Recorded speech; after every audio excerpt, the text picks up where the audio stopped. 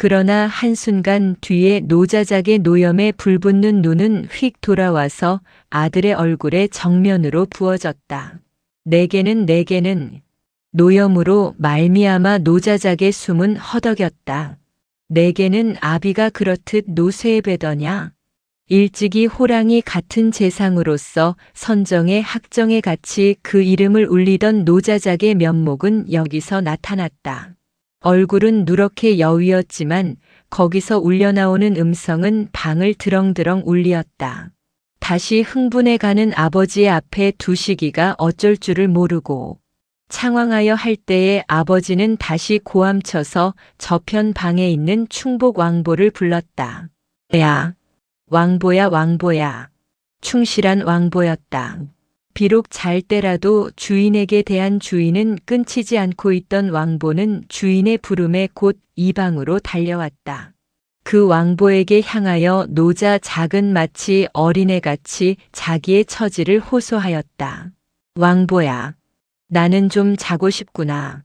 그런데 이 사람이 귀찮게 굴어서 잘 수가 없다. 날더러 노쇠했다는구나. 날 제발 좀 자게 해다고. 왕보는 허리를 굽혔다. 그리고 노자작의 침대에 가까이 가서 한 번 자작의 이불을 고쳐드린 뒤에 천천히 눈을 두시기에게 돌렸다. 두시기는 아버지의 방에서 물러나왔다. 자기의 침실로 돌아온 두시기는 몸을 커다랗게 침대에 내어 던졌다. 그리고 다리는 마루 위에 상반신은 침대 위에 눕힌 뒤에 권연을 붙여 물었다. 밤에 고난 잠에서 깨어난 뒤에 연하여 기괴한 일을 본 두시기에게는 지금이 마치 꿈과 같았다. 단총 소리에 깨었다. 별당으로 달려가 보니 아버지는 기절하고 전등은 부서졌다. 탄환이 여기저기 박혔다. 아버지를 양관으로 모셔왔다. 아버지에게서는 역시 이해할 수 없는 설명을 들을 뿐이었다.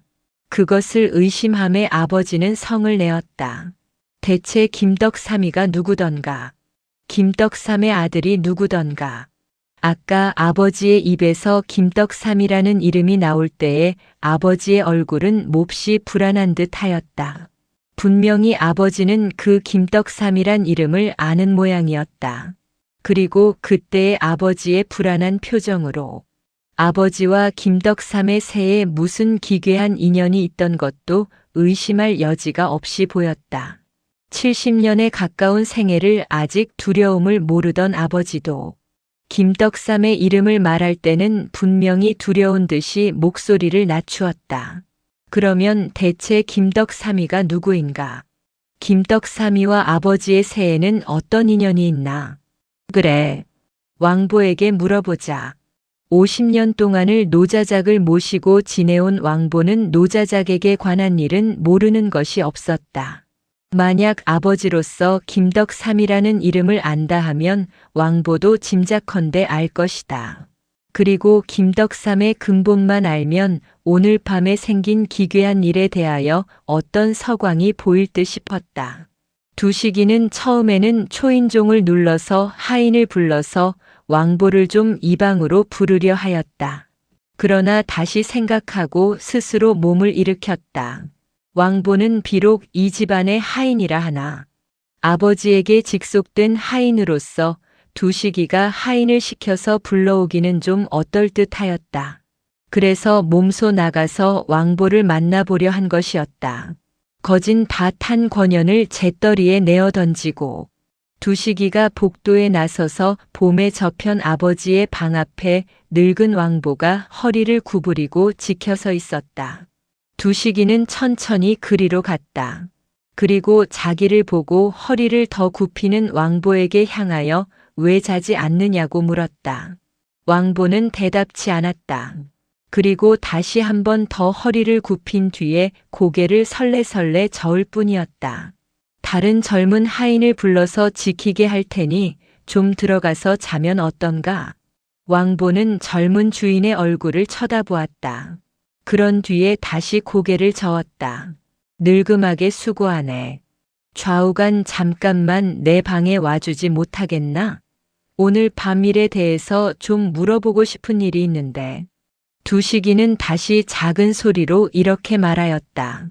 그 말에 대하여도 왕보는 천천히 머리를 돌려서 노자작의 침실문을 한번 본 뒤에 다시 머리를 설레설레 저을 뿐이었다. 이 고집불통이요 충직하기 짝이 없는 왕보에게 대하여 두식이는 다른 수단을 쓰지 않을 수가 없었다. 두식이는 아래층으로 내려가서 다른 젊은 하인 하나를 세워가지고 올라왔다.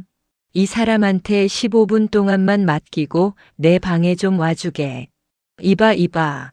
왕보가 내 방에 가 있는 동안 이 자리에서 조금이라도 떠나면 안 되네. 잠시 눈만 딴 데 팔아도 안 돼. 자, 왕보 마음 놓고 잠시만 내 방에 와주게. 물어볼 일이 있어서 말이네. 두식이는 왕보를 자기의 침실로 데리고 왔다. 그리고 굳이 사양하는 왕보에게 의자를 억지로 권하고 마주 앉았다. 왕보, 오늘 밤의 사건을 어떻게 생각하나? 이 말에 왕보는 늙은 눈을 들어서 작은 주인을 뚫어지게 바라보다가 소인은 알 수가 없습니다. 꿈가스다 외다 하면서 도로 눈을 떨어뜨렸다. 내 아버님의 일을 내가 모르고 자네게 묻는다는 것은 부끄러운 일일세마는 오늘 밤 일에 대해서 짐작되는 일이 없나? 모르겠습니다. 김덕삼이라고 혹은 알 수 없겠나? 왕보는 눈을 들어서 한순간 다시 두식이를 보았다. 그런 뒤에 눈을 도로 아래로 향하고 한참 뒤에 어느 김덕삼이오니까? 하고 물었다. 나도 어느 김덕삼인지는 모르네마는 혹은 아버님께 원한이라도 먹을 만한 김떡삼이란 사람이 없겠나? 있습니다. 그렇지만, 네. 그 김떡삼이는 죽었습니다. 그리고 다른 김덕삼이는 모르겠습니다. 그 김덕삼이는 언제 죽었나? 29, 꼭 30년 전에 죽었습니다. 그 김덕삼이가 이번 일에 무슨 관계가 있습니까? 김떡삼이 아들이 금년 몇 살이나 되겠나? 김떡삼이는 후사가 없었습니다. 두식이는 왕보를 보았다. 왕보는 눈을 푹 아래로 내려뜬 채로 가만히 앉아 있었다. 덕삼에게 후사가 없었어? 네, 없었습니다. 분명히 없었나? 소인이 잘 압니다. 없었습니다. 그래도 두식이는 눈을 바로 뜨고 한마디씩 똑똑히 말하였다. 어젯밤에 왔던 놈이 덕삼이의 아들이라는데. 네, 누가 그럽디까? 대감께서. 아직도 아래로 떨어뜨리고 있던 왕보의 눈이 번쩍 띄었다. 띄었던 눈은 두식이의 눈과 마주쳐서 낭패한 듯이 도로 아래로 내려갔다. 그러나 그 순간 두식이는 왕보의 눈에서도 말할 수 없는 공포가 불붙는 것을 보았다. 그의 무릎 위에 놓인 양손까지 약간 떨렸다. 없었습니다. 덕삼이는 후사가 없었습니다. 그래도 없었습니다. 분명히 없었습니다. 두식이는 여기서 무슨 기괴하고도 두려운 사실이 감추어 있는 것을 짐작하였다. 아직 두려움이라는 것을 모르던 아버지의 공포며 또 여기 이 왕보의 공포를 연결하여 생각할 때에 이 사건의 뒤에는 무슨 기괴한 사실이 분명히 숨어 있는 것이었다. 여보게, 내 말을 들어보게. 아까 왔던 괴한이 제 입으로 아버님께 자기는 김떡삼이의 아들이노라고 분명히 말했다는데 자네는 어째서 덕삼이가 후사가 없었다고 그렇게 단언하나? 덕삼이는 죽기까지 장가를 안 갔습니다. 그래도 장가 못 갔대도 자식을 못 낳았다는 법이야 없겠지. 그렇지 않나? 정들인 곳도 없었습니다. 정들인 곳도? 네. 어느 기생 한 분에 정들였었는데. 그래서 그 기생께서 깨서가 아니라 그 기생이 말이지. 네. 그 기생께서. 기생이. 네. 그래서 왕보는 대답치 않았다. 한참을 묵묵히 앉았다가 그가 입을 열 때는 두식이에게는 의외의 말이 나왔다. 나리, 소인을 죽여주십시오. 여보게 왕보. 좀 정신을 차리게. 자네도 웬일인지 몹시 흥분했네. 좀 정신을 가다듬게. 대체 그 기생이 어쨌단 말인가? 응. 그분에게서는 후사를 못 보았습니다. 응. 말하자면 덕삼이는 총각으로 죽었고 정들인 곳은 기생 하나 밖에는 없었는데 그 기생에게서도 자식을 못 보았단 말이지? 네. 그럼 아까 왔던 놈은 무에겠냐 말이야. 소인은 알 수 없습니다. 대체 덕삼이는 어떻게 죽었나? 응. 응. 두식이는 3번을 연거푸 물었다. 그러나 왕보는 그 말에는 입을 굳게 닫고 대답치 않았다. 왕보. 네. 왜 대답을 안 하나? 자네는 이 집을 어떻게 생각하나? 이댁 은공은 죽어도 못 잊겠습니다. 이 집에 아까 심상치 않은 궤변이 생겨난 것은 알지? 네.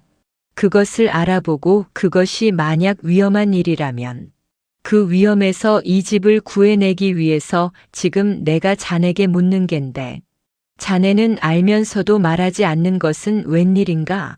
말씀드리겠습니다. 덕삼이는 왜 죽었나? 매에 죽었습니다. 언제 어디서? 대감께서 충청 감사로 계실 때 공주 영문에서. 두식이는 겨우 짐작하였다. 응아버님께서 충청 감사로 계실 때 덕삼이를 치셨단 말이지? 네. 무슨 죄로? 응. 영문에서 담배 먹은 죄로. 영문에서 담배 먹은 죄로? 네. 매에 죽기는 그 죄에 죽었습니다. 여보게. 말을 끼고 하지 말게. 죽기는 그 죄로 죽었다면 다른 것은 무에 어떻단 말인가? 왕보는 눈을 고즈넉이 감았다. 눈을 감고 한참을 생각하다가 떴다. 죄 말씀드리겠습니다. 그래. 덕삼이는 영리였습니다. 덕삼이가 어떤 기생 한 분과 가까이 지냈습니다. 그래서 대감께서 늘 밉게 보시던 차에 영문에 가서 담배를 먹다가 들키기 때문에 죽었습니다.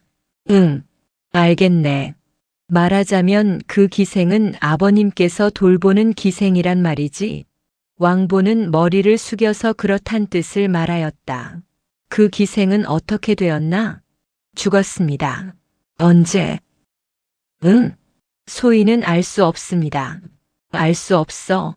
알 수 없으면 어떻게 죽었는지 아는가? 말을 분명히 하게. 죽었나 살았나? 알 수 없습니다. 죽었다더니. 알 수 없습니다. 완강히 모르노라는 왕보에게 대하여 더 물을 근력을 잃은 두식이는 자기도 머리를 수그렸다. 그리고 한참을 생각한 뒤에 왕보에게 말하였다. 덕삼이에게 관해서 더 아는 것이 없나? 없습니다.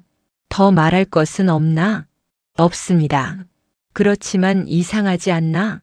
자네는 덕삼이에게 분명히 아들이 없었다고 하지만 오늘 왔던 자는 자기가 덕삼이의 아들이노라고 스스로 말하니깐 이 사실을 어떻게 해석하겠나? 왕보는 눈을 감은 채로 한참 생각에 잠겨 있었다. 한참 뒤에 눈을 겨우 들었다. 그리고 무슨 말을 할 듯이 입을 조금 움직였다. 그러나 다시 입을 봉하여 버렸다. 어떤가? 역시 소인은 모르겠습니다. 몰라? 네. 알 사람이 없겠나? 없겠어? 소인은 모르겠습니다. 왕보는 사건에 대하여 좀 더 아는 듯 하였다. 그러나 웬일인지 이상은 입을 열려 하지 않았다.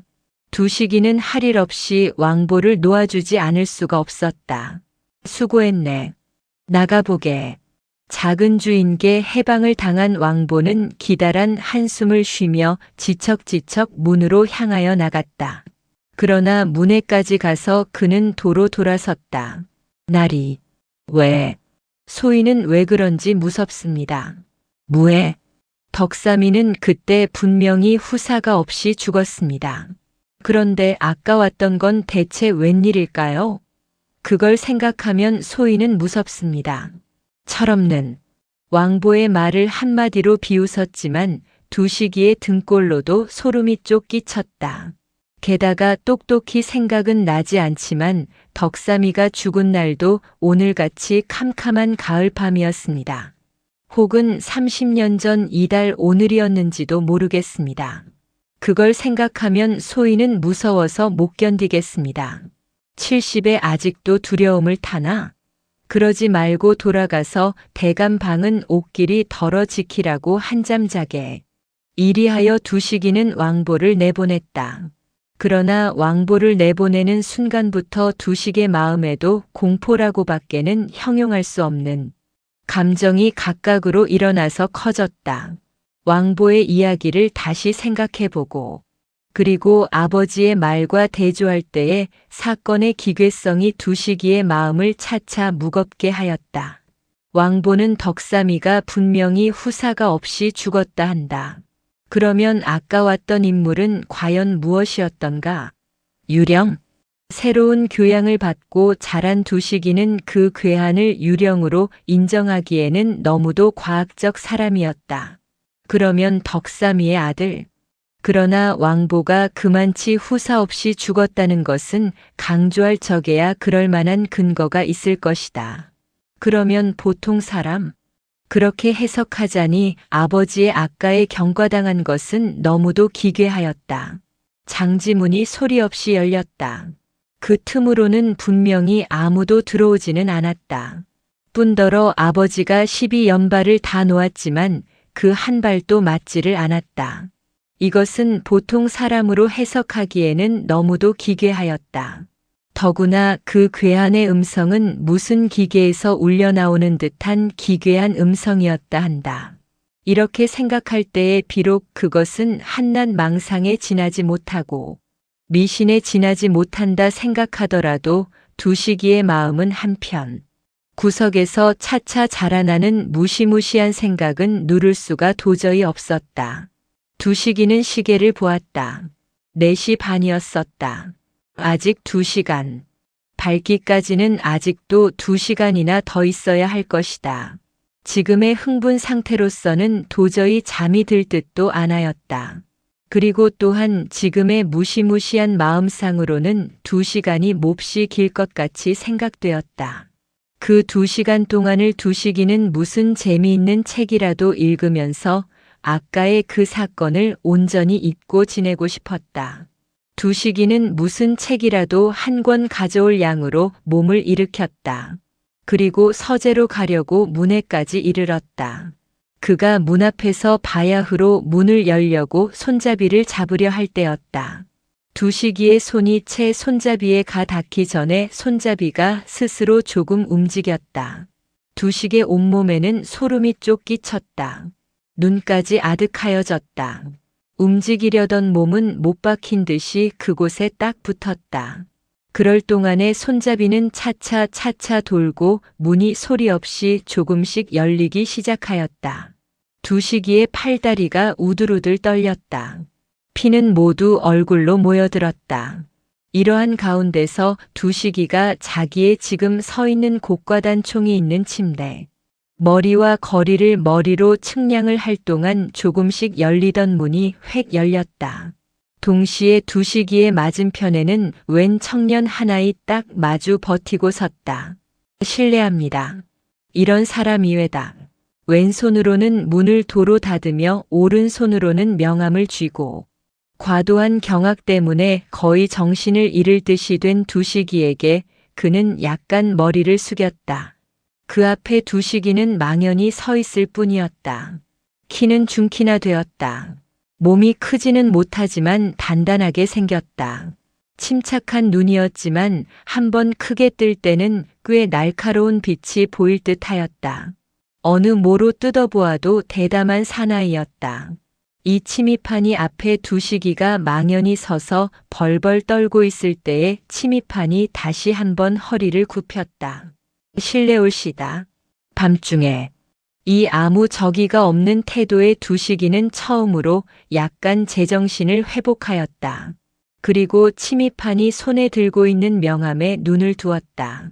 그리고 그 명함으로써 두식이는 이 침입한이 티서의 형사 김찬수인 것을 알았다. 형사. 명함을 본 뒤에 두식이는 작은 소리로 혼자 중얼거렸다. 그러나 명함으로써 침입한의 정체를 알고 그 침입한에 결코 불법한 일을 행할 사람이 아니라는 것을 아는 동시에 두식이의 마음에는 그 사나이에게 대한 분노가 차차 떠오르기 시작하였다. 형사.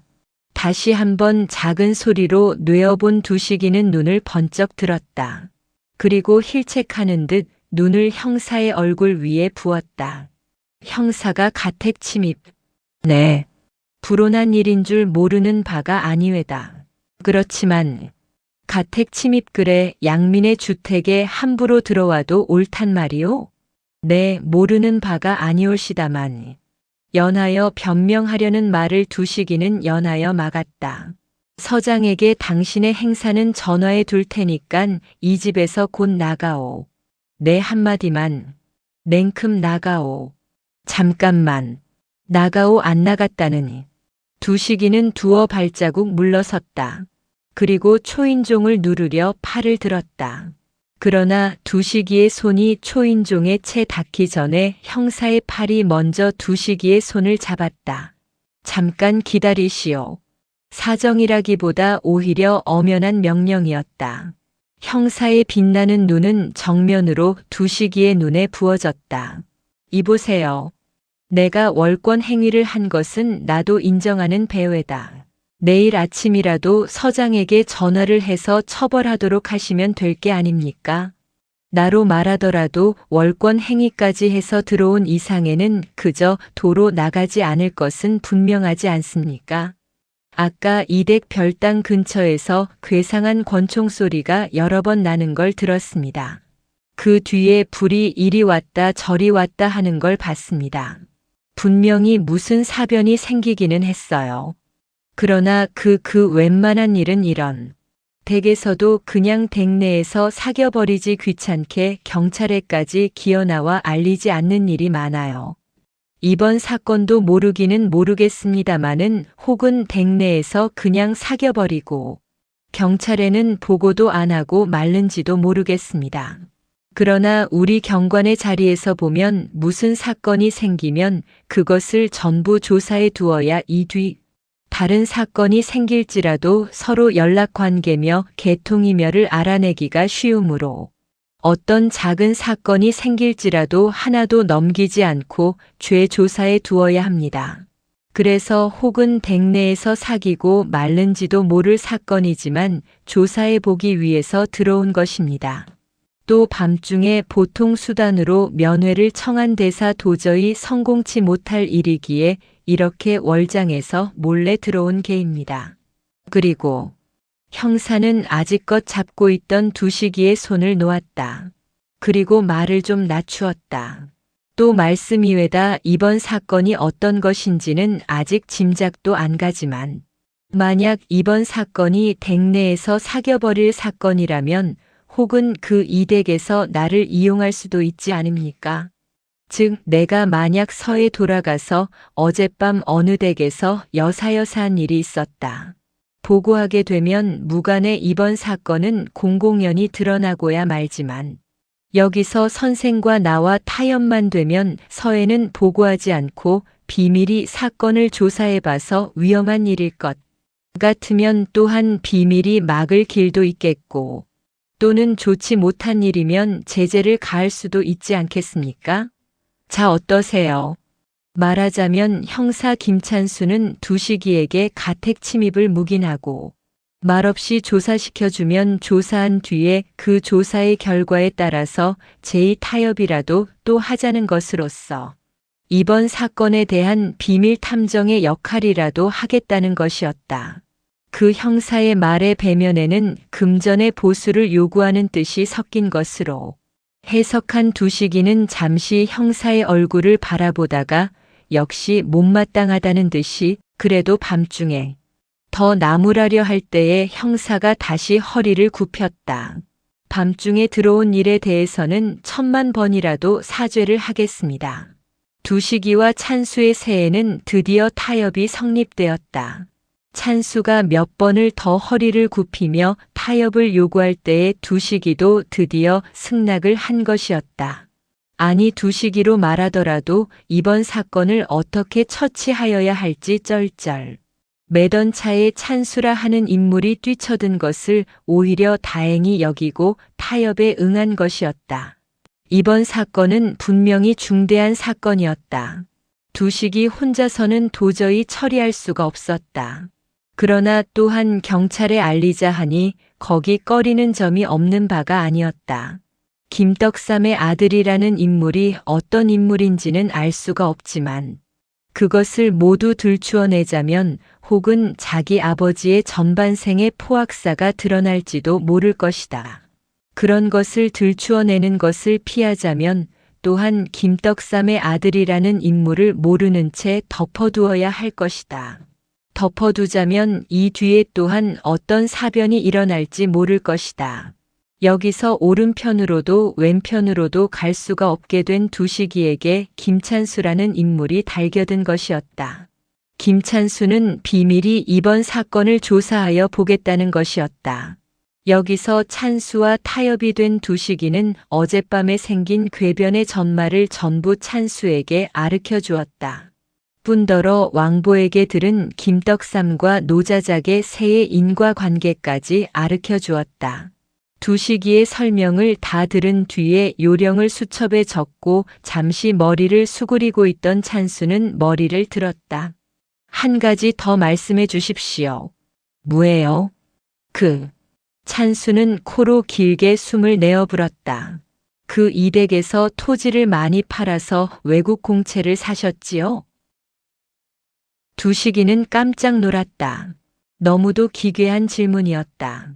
토지를 팔아서 외국 공채를 산 것은 사실임에는 틀림이 없었다.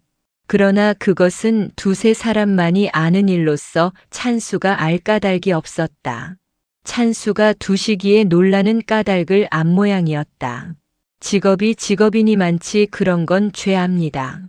지금까지 얼마치나 샀습니까? 10만 원 가량 됩니까? 그게 이번 사건과 무슨 관련이 있습니까? 글쎄올시다.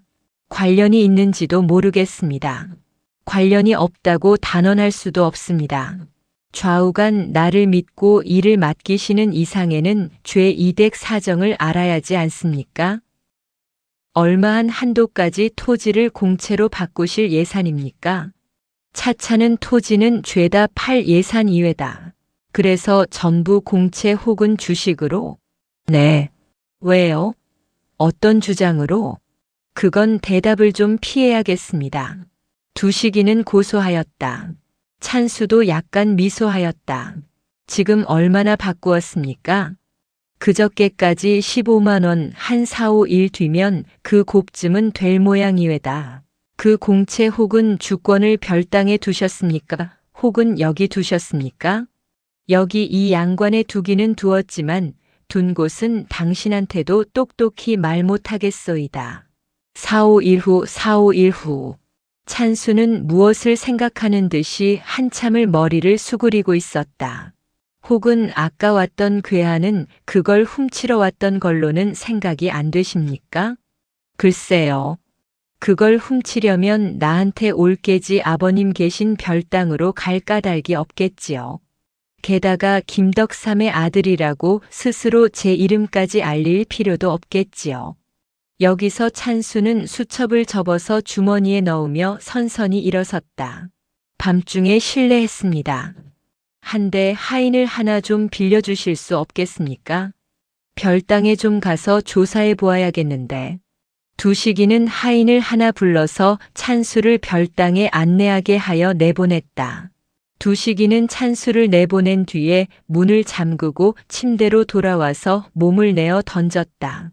지독한 피곤이 그의 몸을 엄습하였다.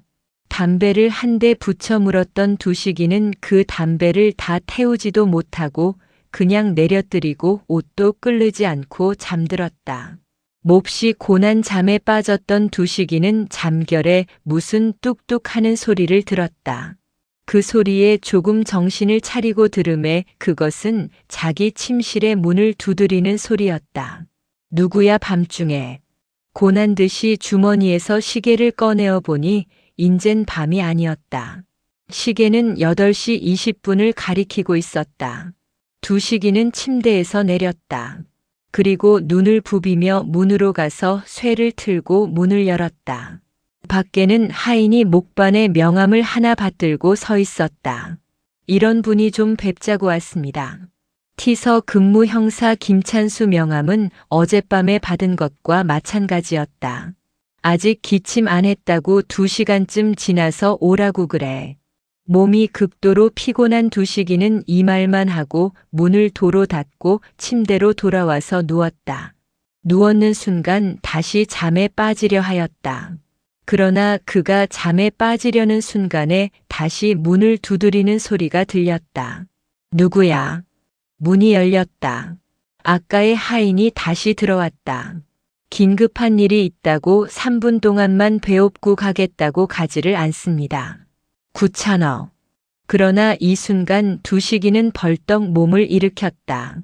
3시간 전에 돌아간 찬수가 벌써 다시 와서 긴급한 일이 있다고 만나잘 적에야 무슨 참으로 긴급한 일이 있을 것이다. 벌써 무슨 단서라도 얻었는지도 알 수 없다. 응. 내려가서 그럼 응접실에서 기다리라고 내 곧 내려갈게. 이리하여 하인을 도로 내려보낸 뒤에 두식이는 그냥 입고 자기 때문에 구겨진 옷을 새 옷으로 바꾸어 입고 아래층으로 내려갔다. 두식이는 응접실로 갔다. 그리고 고나기 때문에 떨리는 손으로 응접실 문을 열었다. 응접실 안에는 웬 알지 못할 젊은이가 하나 의자에 걸어 앉아 있다가 일어나면서 인사를 하였다. 찬수는 보이지 않았다. 아까 하인에게서 받은 명함을 지금 들고 내려왔던 두식이는 휙 몸을 돌이켜서 하인을 향하여 그 명함을 보이며 이분은 어디 계시냐? 고 물었다. 하인이 머리를 굽혔다. 저기 저분이 올시다. 저분? 순간 온몸의 피가 모두 머리로 확하니 올라왔다. 절반만치 열었던 응접실 문을 두식이는 도로 닫았다. 그리고 입을 하인의 귀에 갖다 대고 이봐 내 전화를 다 걸기까지 여기서 지키고 만약 저 안에 저 사람이 뛰든가 하면 용서 없이 두들겨 잡아라. 한 뒤에 얼른 저편 전화로 갔다. 전화를 건 곳은 T경찰서였다. 그러나 아직 서장은 나오지 않았다. 그래서 당직 경부를 전화에 불렀다. 유두식 이외다. 물어볼 말씀이 있어서. 두식이는 떨리는 목소리로 전화를 통하여 경찰서로 갔다. 경부가 대답하였다. 네. 무슨 말씀이 오니까? 그 서에 김찬수라는 형사가 있습니까? 있습니다. 그 모습을 좀 말씀해 주실 수가 없습니까? 다른 게 아니라 어제 김찬수란 형사가 온 일이 있는데 그 사람하고 오늘 아침 온 김찬수하고 딴 사람이기에 말씀이외다. 김찬수는 키는 후리후리 크고요. 커요. 네. 얼굴빛은 감고요. 안경을 꼈고요. 코 아래 채 풀린 수염이 있고요. 또 그냥 설명하는 경부의 말을 두식이는 채 듣지 않고 전화기를 걸어 놓았다. 지금 응접실에 앉아있던 사람은 분명히 경부의 말하는 김찬수의 틀림이 없었다. 잠깐 보아서 똑똑히는 모르되 안경과 채 풀린 수염과 검은 얼굴빛의 소유자였다. 그러면 어젯밤에 왔던 인물은 무엇? 수염도 없고 안경도 안 쓰고 키는 중키밖에 못 되며 얼굴도 비교적 희던 어젯밤의 괴한은 과연 무엇? 적어도 티서 형사 김찬수는 아니었다. 그러면서도 김찬수의 명함을 가지고 와서 시시골골이 사건의 내력을 캐어묻던 그 괴한은 과연 무엇? 잠시 멍하니 서 있던 두식이는 책상을 크게 두드렸다. 하인 한 사람이 달려왔다. 올라가서 내 나잇 캐비넷 위에 명함. 두식이는 손에 든 명함을 내어들었다. 이와 꽃 같은 명함 한 장이 있는데 곧 가져와. 그리고 그 하인이 돌아오기 전에 바빠서 층계까지 따라가서 그 하인을 맞았다. 그리고 2장의 명함을 들고 응접실로 달려갔다. 당신이 김찬수 씨요? 숨까지 허덕이며 이렇게 물었다. 김찬수 올시다. 이게 당신이 가지고 온 명함이지요? 두식이는 한 장의 명함을 상 위에 놓았다. 네. 이건 두식이는 다른 명함을 상 위에 놓았다. 형사의 눈이 둥그렇게 되었다. 형사는 명함과 두식이의 얼굴을 2번 번갈아 보았다. 이보 오늘 새벽 4시 반에 이 명함을 가진 사람이 나를 찾아왔어. 뒤따라 두식이가 이렇게 설명할 때는 찬수도 꽤 놀란 모양이었다. 네, 그게 하면서 몸을 절반만치 일으켰다. 네, 새벽 4시 반에 승낙 없이 가택 침입을. 찬수는 2장의 명함을 다 집었다. 그리고 한참을 들여다보았다. 그가 명함을 도로 놓으며 눈을 뜰 때에는 그의 얼굴은 도로 평온하게 되었다. 알았습니다. 명함을 가지고 온 사람을. 알았소? 당신 친구 형사요? 아니올시다. 그럼 보통 강도? 아니올시다. 그럼 뭐요? 사상적 배경을 가진 중대한 인물 그저께 밤차에 입경한 서원덕이라는 사람이 올시다. 키는 중키나 되고 눈이 광채나고 그렇지 않습니까? 거기 두식이가 머리를 끄덕일 때에 찬수는 무엇을 생각하는 듯이 고요히 눈을 감았다. 미완.